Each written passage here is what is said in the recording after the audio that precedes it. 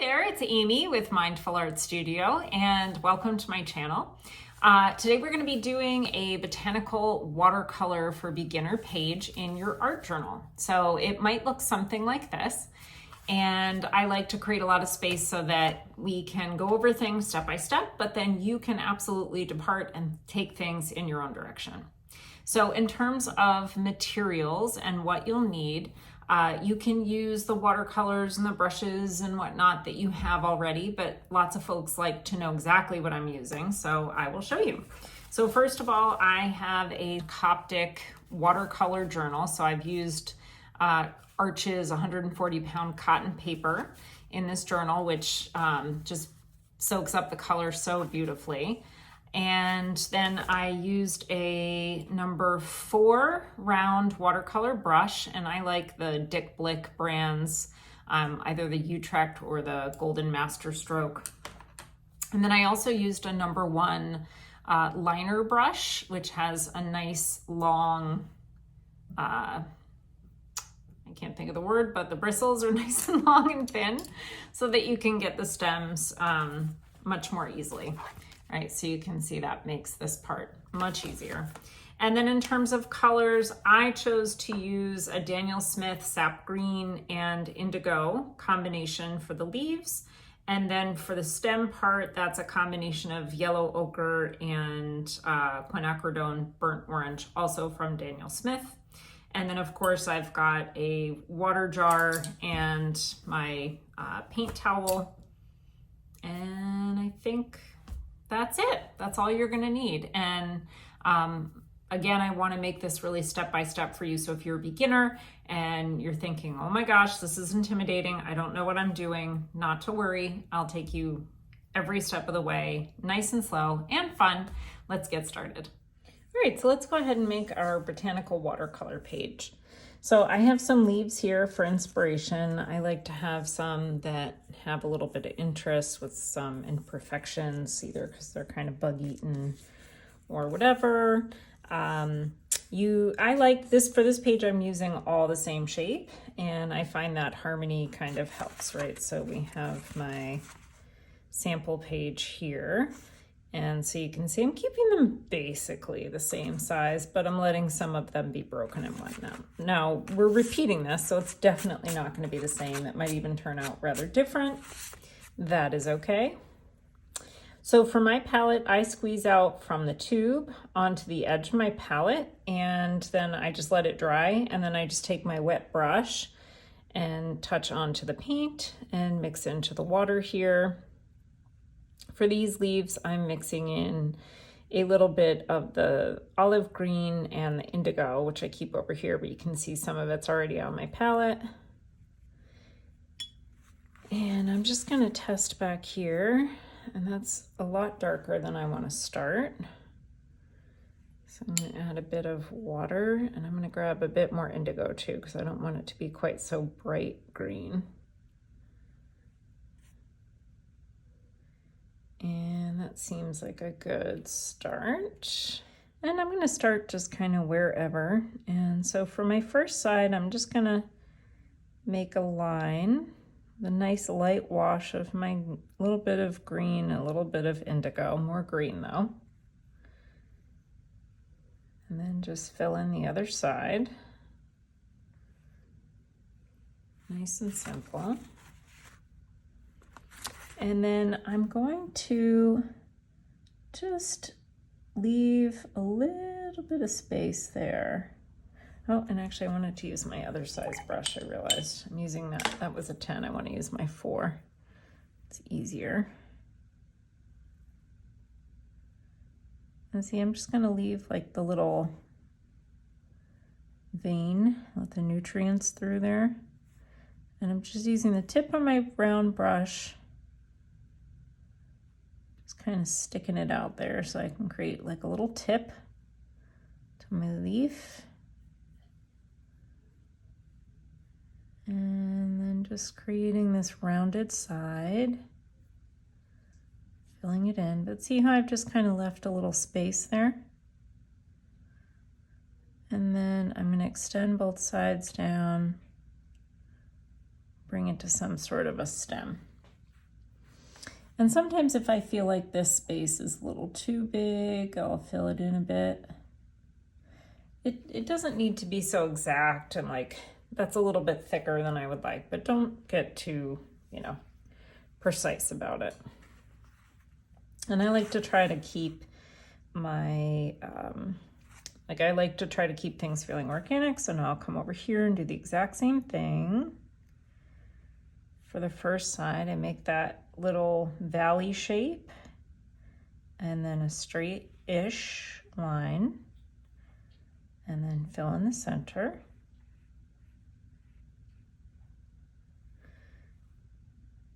And I'll just use the tip just to extend that out a little bit. Then I'm going to come and meet the tip, create my straightish line, but conserving a little kind of spine, let's say, and then fill out the rest of the leaf in this light first wash. And I'll see if I can get a little bit thinner of a stem. Something like that. Now, I've faced these both the same way, which I probably don't really want to do. Just poking out a tip a little bit more. So if I'm finding it's hard to turn them a different way, I'll just turn my journal. I find that easier. I may add a little bit more indigo. This is feeling rather more to the olive side to me. And let's see. And so I'll do my first side. It's a bit dark, so I'm going to add a little bit more water. And then my straight line. Fill it on in. And then just kind of faithfully, slowly trace along that line.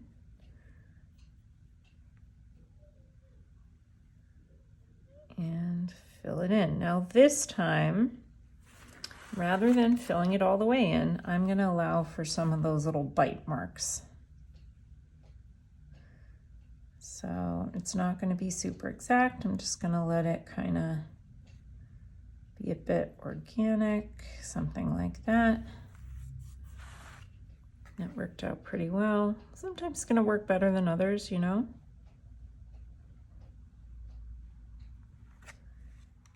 Now you can decide how dense or sparse you want it. That might be plenty dense for a first layer for you. And then if so, let's move on to the second layer. So this time we're going to darken things up just slightly. So I'm going to get some more of my olive green and a bit more of my indigo. And it's good to have a test sheet. Right, I had wiped that up because I'm not trying to transfer color over here. But I'd rather start kind of light. So maybe I'll turn it this direction, make it easier. Here's my rounded side, my somewhat straight side. Now you might notice if you're not using cotton paper that the paint behaves a bit differently. It's because cotton is really great to work on.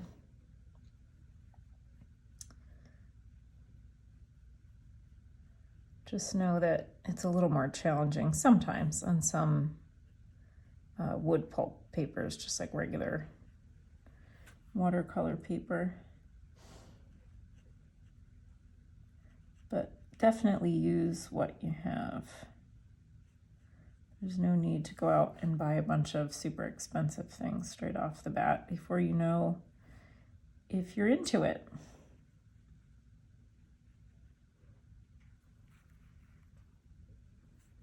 And maybe I'll make this side the stem.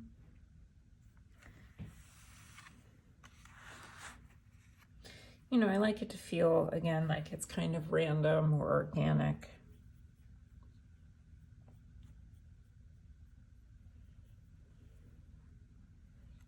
I think I'm going to darken this up a little bit more so it has a bit more contrast. So I'm just adding more olive green, more indigo.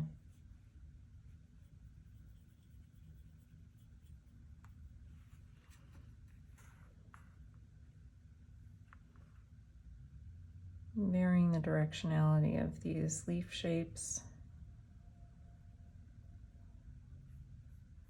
So I'm just kind of taking a look, seeing where, you know, now that I've got the darker tone, I can even sort of overlap a bit. So I might try that here, you know, and I give myself permission to not do it right. Like, I can make this page a couple of times. I don't need to feel like I have to get it right the first time. I can do a couple of versions of this same page. And when I have that permission to mess it up, I find that it's a lot more fun and I do better.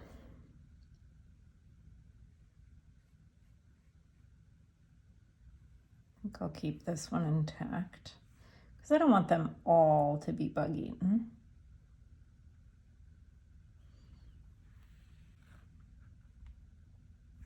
And I guess, you know, I'm just looking to see where I want to put the stem. I guess I'll overlap it there. That's kind of nice. I do like that. And I like that tone over here. I'm just going to grab a bit more indigo.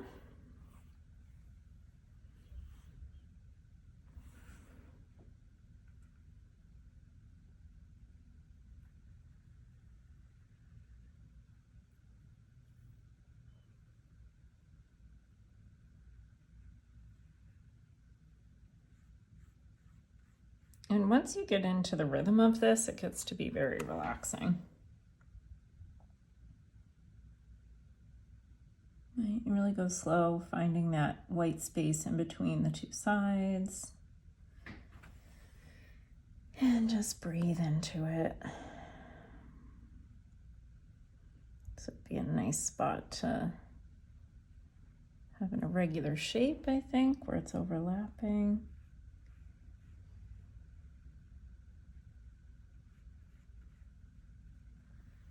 Yeah, that's kind of nice. I like that.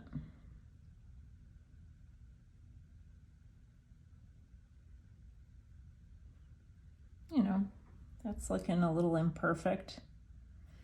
That's okay. Right, let's leave a little space for that, right? Whatever.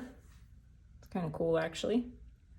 Right, and that's the kind of flexibility that I find really helps. So the idea, I don't want to overdo, right, and have it look not great because I did too much. I'm going to go ahead and start approaching the stems, right? So I don't want to start with the ones that I know I've just done most recently. I'll start with the ones that I know are dry. I really would like those to be bone dry. So you're going to potentially need to wait. So I'm just using, and again, use what you have, but I'm using a mixture of yellow ochre and quinacridone burnt orange because they're nice warm yellow. And I just like the combo of these. And I'm also using a tiny brush. It's a script liner or a liner brush. You know, but you might just have like a little number 1 or something. I'm just going to gently, maybe not quite so timid, gently drag it.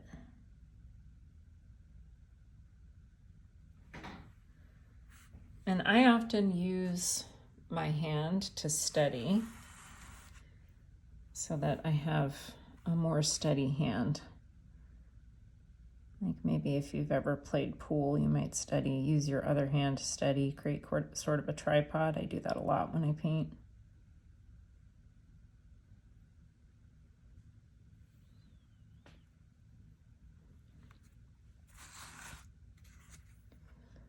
Right, so you can see I'm always, not always, but often Because like when you're painting in a book, it's a little more awkward, especially than when you're painting on a page. So you can experiment, see what feels good to you.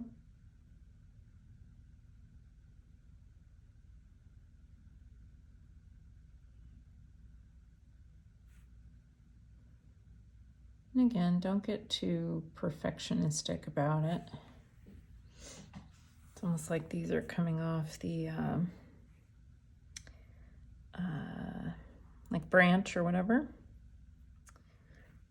And let's see about this one up here. Right, I'm still avoiding the ones that I did more recently. I want to give that a chance to dry so that I'm not. Now you might like to have those colors bleed in, and that would be really cool too. But if you'd like to elaborate it in the way that I'm doing, then go ahead and wait. And I'm always turning the book to make it as easy and comfortable as possible for me and my hands and my body. And you're going to figure out what that is for you. Especially if, so I'm a righty, if you're a lefty, things might be opposite of what I'm doing for you. So just honor and respect what you notice works for you, whether that's a handedness issue or anything else for that matter.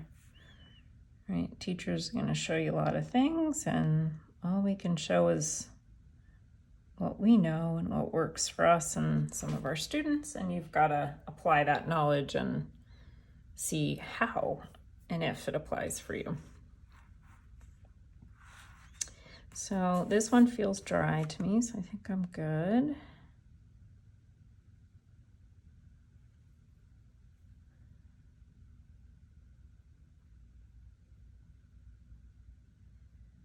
Right, and you might find that you get better at this as you go.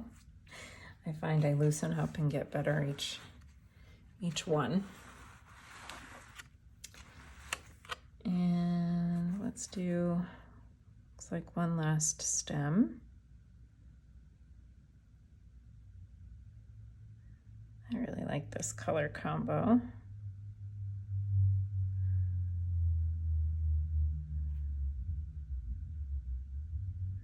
Sometimes I go from one direction, sometimes I go from the other. And there's really no right or wrong here. You might have some different idea than what I'm doing, and you might be asking yourself, is this okay? It's definitely okay. It's always okay. This is about art that's fun for you and that you find attractive, and my hope is really to help you to trust your artistic instincts, because you're developing your vision. You're just using some skills and some ideas from me, and hopefully that helps you find your way. So you can see already that this page is quite different than the first one that I did. Right? They're extremely similar, but also quite different. And I quite like them both, and that's part of the fun of, like I was saying, doing multiple versions of the same thing. This page has far less indigo in the leaves than the first one does. The other thing that, and I like that about the other page, but I also really like the color scheme here. I also really like the use of white space here.